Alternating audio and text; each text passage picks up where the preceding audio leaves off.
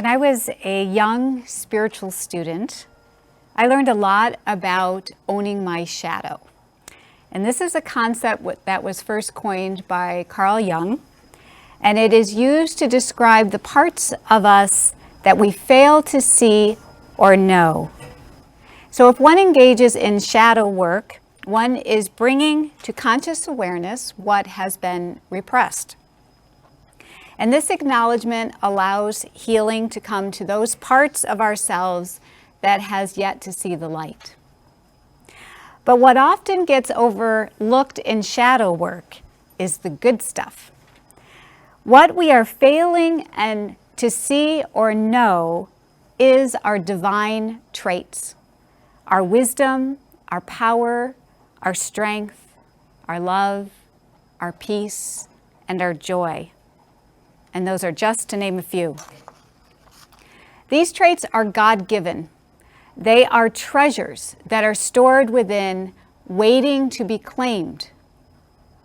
Our divine aspects, though, often stay in the shadows, and what comes out instead are our fears, our judgments, our disappointments. We might feel deprivation, we might feel alone, we might even feel hatred. And these are just to name a few of our shadows. And when we are in the dark shadows, there's only one problem. We are failing to see and know our divine nature, our abilities, our characteristics that were given to us in our creation. And we learned from the reading that Tom read from The Way of Mastery that there is a layer of foam that is hiding the clarity of what lies beneath it. And when we notice what has been there all along, we will smile, we will be at peace, and we will be happy. So I think this sums up very nicely what our spiritual path is really all about. It is the means to clear away whatever obstructs our discovery of what we already are and what we already have. Many of you know that I often listen to the teacher Mooji. And Mooji has a wonderful quote that I think sums up every spiritual path, no matter what you call it. And the quote is this: "Spirituality is the search for perfect understanding, for self-discovery, for truth, and it must take place right where you are. What you are searching for must already be here, because it is the timeless present. You have tried it the hard way. Now let's try it the heart's way, the effortless way. I have not come to burden you, but rather to free you of the notion that you need do anything to be yourself. The divine is not even an inch away from you. It can never be apart from you. It is the core of your very being." There is a wonderful story that illustrates Mooji's point, and I'd like to read it to you. This story is called, "Are You Already Rich?" Once upon a time, there were two middle-aged men who had been close friends ever since childhood. They were the kind of friends who tell each other everything, even things they could not tell their own families. One man told the other, "You are my most trusted friend, and I want to tell you a secret in case something should ever happen to me. I have come into a great deal of money from an investment I have made, and I have buried this money under the house. I am reluctant to tell my wife because she's not wise with money, and I have not told my son because he's already a bit spoiled." Soon after, this rich man's trusted confidant went traveling and only returned to his hometown after several years. To his surprise, he came across his friend's wife and son on the street, begging and scrounging for bins, looking for food. Aghast, he went up and said to her, "Sister, do you remember me?" She looked up and said, "Of course, you are my husband's best friend." And he asked, "What are you doing begging and scavenging for food?" She says, "Don't you know? My husband suddenly passed away 2 years ago. We had enough money for a while, but now I have to beg on the street so we can eat. Thank God, at least we still have our house." Then the friend said, "I must tell you a secret. Before I left to go traveling, your husband confided in me that he had left a lot of money for you. He hesitated to tell you because he feared that you would not spend it wisely. He asked me to tell you about it when the time was right." Upon hearing the news, the mother and son were ecstatic. They knew they could trust this person. Already, they no longer felt like poor people. Then he said, "Come, come, I'll show you. We mustn't delay. You have passed long enough being poor. Let's dig up the treasure chest." So they went to the house, pulled up the floorboards, and began to dig. Soon, thud, they hit something. Their hearts were pounding as they unearthed the box, pulled it out, unlatched it, threw it open, and lo and behold, it was brimming with money. Now, you might remember a few years back hearing about a book called The Secret. Before this book was released, there was this great promotional campaign that got the whole world's attention, including mine. It says, "We are going to reveal a secret in this book that will set you free from all sense of deprivation." So, what was the secret? What lies in our unconscious mind can change the world directly. And this story, Are You Already Rich?, reveals the exact same secret, along with Muji. There is a treasure in our unconscious mind that when discovered, it has the power to change the world. So like the woman and son in the story, we have been kept in the dark for years about what is already ours, beneath the floorboards of our fears, our thoughts of guilt, unworthiness, lies gold. If this treasure has been kept a secret, then we will live in poverty. That is until a trusted friend comes along and tells us the good news. And that is what all the great masters have done. And this is what Jesus came to do. Now, Jesus doesn't look on our condition and say, "Wow, look how poor you are. Look how unworthy you are, how guilty you are. Boy, do you need a lot of work. We better get those self-help books out and we better get to work and you got to start changing yourself."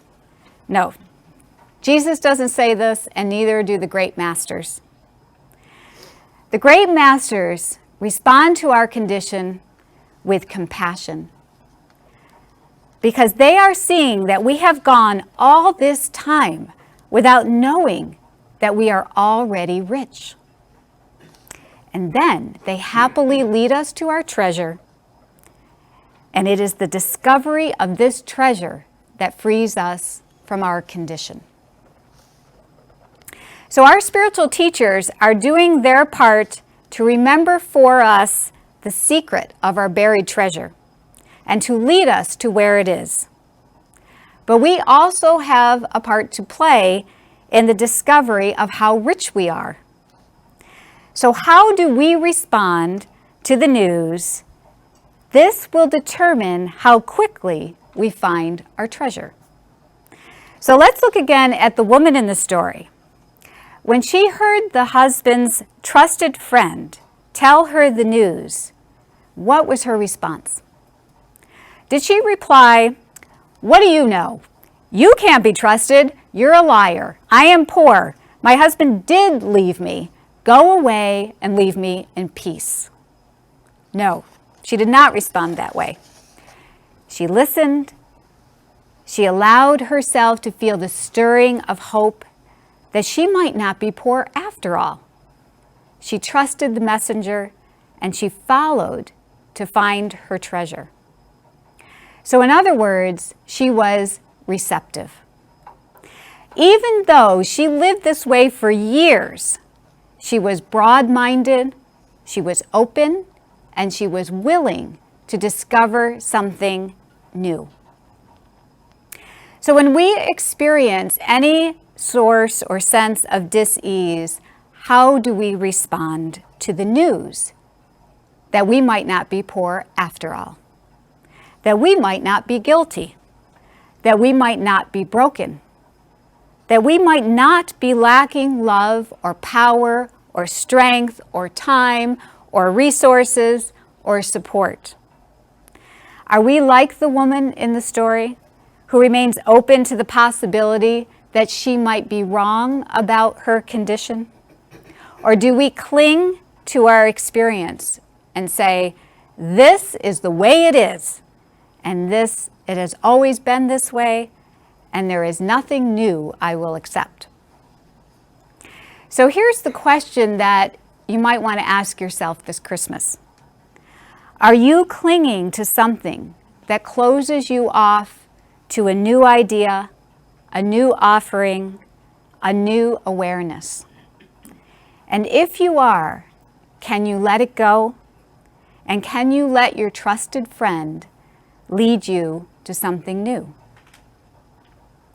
So I'd like to take a moment to do just that.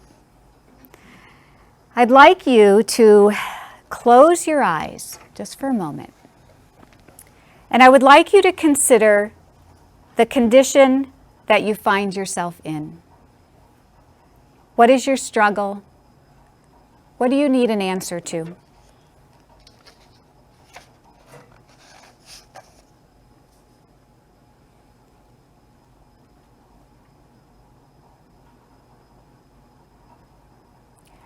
And even though in the past you might have clung to your version or your story or the way that you think it is, I invite you now to silently say to yourself, I will not cling to any of my old ideas. I am open and ready to receive something new. A new suggestion, a new impression, a new offering, a new insight, a new awareness of who you really are, who others are, and what your true condition is. And as you sit in this receptive place, we're going to listen to a song. And this is one of my absolute favorite songs, and I feel the energy of the song and the words. And just sit in that quiet and see if you can feel your heart open and let the Spirit take you to your riches.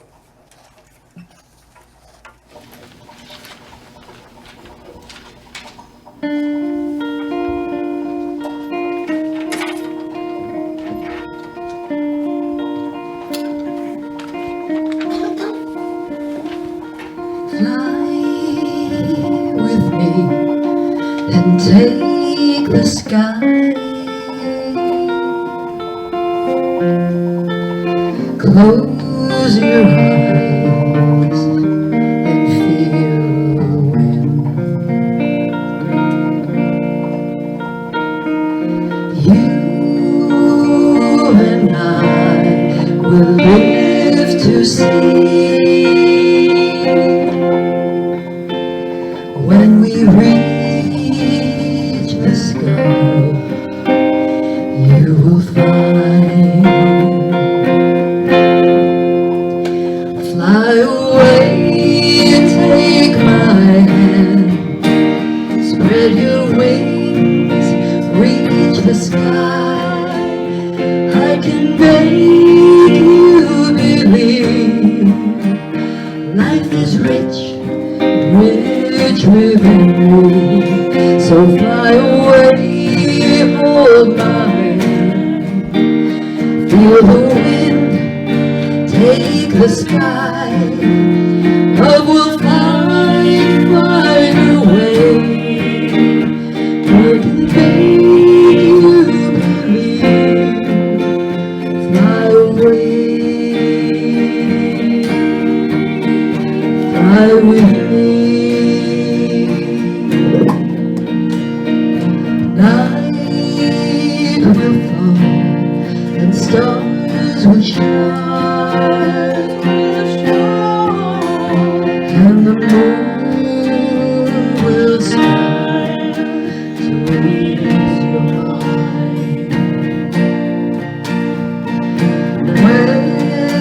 Questions why life's so strange. Fly with me, I'll take you there to see. Fly away, take my hand, spread your wings, reach the sky. I can make you believe. Life is rich, rich within me. So fly away, hold my hand, feel the wind, take the sky. Love will find a way. I believe.